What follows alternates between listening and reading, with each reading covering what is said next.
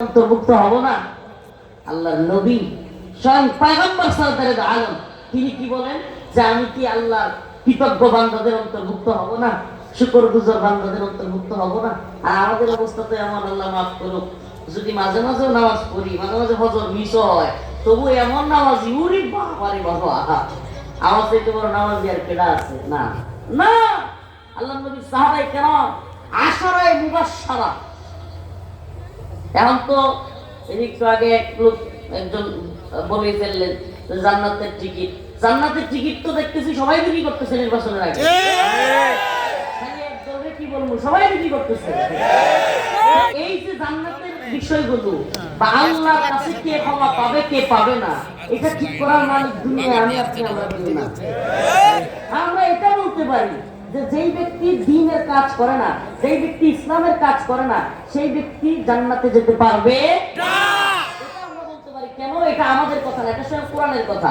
আল্লাহ বলছেন ইন্নাল্লাযীনা আমানু ওয়া আমিলুস সালিহাত কানাত লাহুম জান্নাতুল ফিরদাউসি নুজুলা।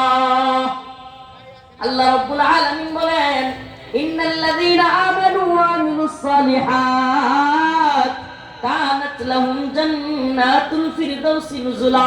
যেই ব্যক্তি ঈমান আনবে এবং নেক আমল করবে, আবার বলছি, যেই ব্যক্তি ঈমান আনবে এবং নেক আমল করবে, কানাত লাহুম জান্নাতুল ফিরদাউসি নুজুলা, আল্লাহ পাক তাকে জান্নাতুল ফিরদাউস দান করবেন। সুবহানাল্লাহ।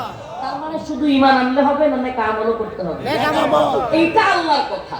আল্লাহ আরেকটা কথা বলছেন ইন্নাল্লাযীনা কাফারু মিন আহলিল কিতাব ওয়াল মুশরিকিন ফি নারি জাহান্নাম। এখন আমি যদি কই মুদি যদি কালেমা না পড়ে জাহান্নামে যাইব, আমার কোন হইব না? নেতানিয়াহু যদি কালেমা না পড়ে জাহান্নামে যাইব। হিন্দু বৌদ্ধ খ্রিস্টান মং সং বার্মা চাকমা যদি কেউ মুসলমান না হইয়া কবরে যায়, সে কোথায় যাবে? জাহান্নামে।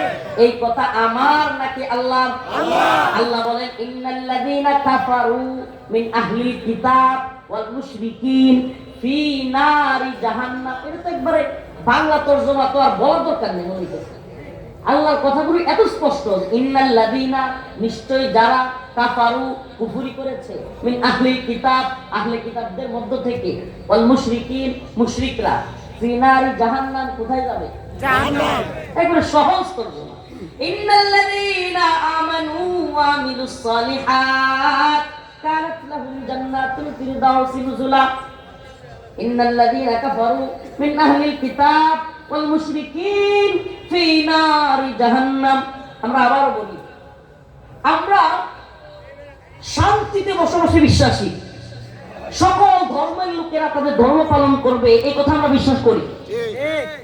কিন্তু আমাদের উপর গোলামি চাপায়া দিয়া নিজেরা প্রভু সেইজা মলিক হইয়া অন্য ধর্মের লোক আমাদেরকে চড়ি ঘুরাবে, এটা হতে পারবে না। এটা কি বুঝেন? যেমন আমাদের কাঁটাতারের বেড়ায় গুলি করে লাশ ফেলে রাখবে, আমাদের সীমান্তে পাখির মতো গুলি করে আমাদের ভাই বোনদেরকে মারবে, ইচ্ছে মতো পানি ছেড়ে দিয়া যখন আমাদের পানি দরকার নাই আমাদেরকে বন্যায় ভাসায় আনিবে,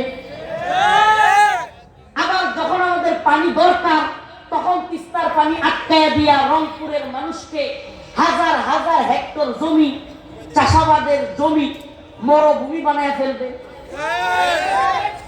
আর আমরা বলবো আমাদের সম্পর্ক স্বামী-স্ত্রীর সম্পর্ক।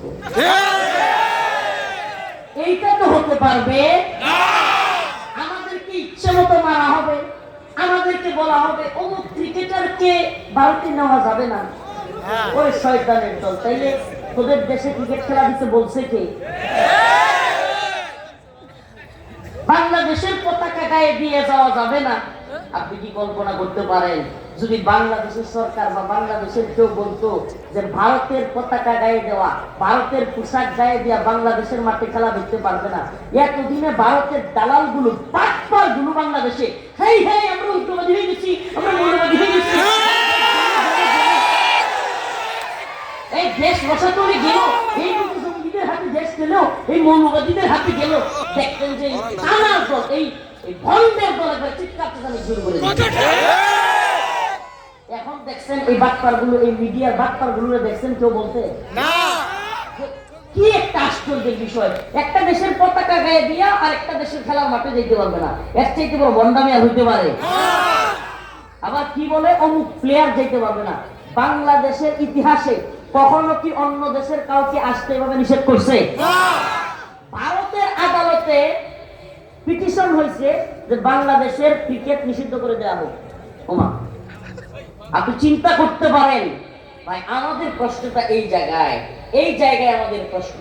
আমরা বিশ্বাস করি যে আমাদের দেশে অন্য ধর্মের লোকেরাও থাকবে।